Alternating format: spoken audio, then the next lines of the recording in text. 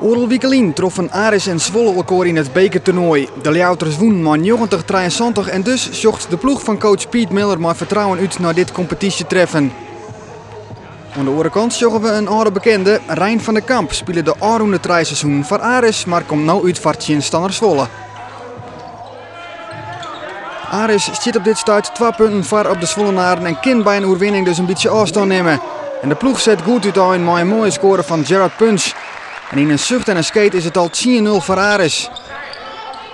En bij Zwolle rint het van je meter en de eerste schoten gingen alle mis. Het wordt dan echt dik 4 minuten voordat de beziekers voor het eerst scoren. Het is de rebound van Matt Mullery en die maakt er 10-12 van. Kelvin Chitwood die gaat voor de trijpunter en dan de rebound voor Todd Brown. Nee, wat komt er heeg? Maar dat gaat krijgt mis. Marshall dan voor Zwolle. Maar het blok van Punch en Aris kan oernemen.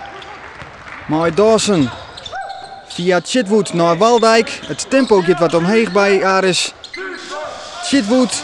Maar het mooie paas op Gerard Punch. Eerst het blok en dan de score van Punch. Het is 18-12 voor Aris. Maar Zwolle komt aardig waarom in het eerste kwart. Ze maakt het verschil lietser. Mullery in 2 keer. Hij maakt er een 16 van en krijgt echt nog de vrije worp. En ook die gaat erin en zij is het na het eerste kwart 19-20. Bij Aris binnen ze het een beetje kwijt na de goede start. Want Zwolle zet aan en komt voor het eerst in de wedstrijd op Liekense hechten terug Arno Bunnig. 21-21. En Piet Miller is dus net tevreden. Hij grijpt in, vreegt een time-out aan en vertelt hoe er het gaan wil. En dat lijkt het zijn uitwerking te hebben, want het begint weer beter te draaien.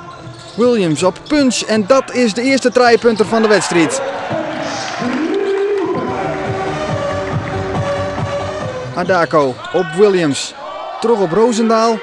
Die draait mooi voort en scoort 33-23 voor Aris. Zij groeit de vastsprong en had de time-out van Miller dus effect aan. Aris er terug maar John Williams. De mooie bewegings en de trijpunter. En zo komt de machine op gang. En dan binnen er nog 4 seconden te spelen voor het skoft. Op een Nye Williams, het mat nou vlug. En eigenlijk die bal valt er in de zoemer nog in. En zo zit Aris bij het skoft comfortabel op vastsprong 41-28.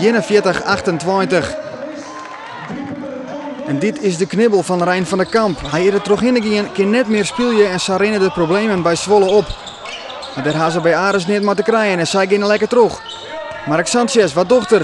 Hij gaat voor de actie, broekt het lichaam goed, mooie skybeweging en hij maakt er 50-36 van.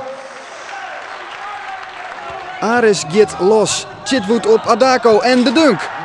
Publiek op de banken en de vastsprong komt zo net een moment meer in gevaar. Zwolle beziekt het wel, pakt ek de nedige punten, die kasseert de trijpunter van Mark Ridderhof.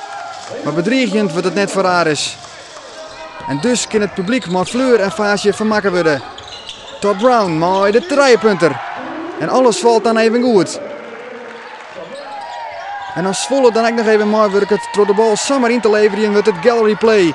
Chitwood op Brown en de alley-oop. Schitterend uitspelen. Daar komt het publiek voor en dat weten de spelers maar al te goed. Het zocht er prachtig uit vanzelfs.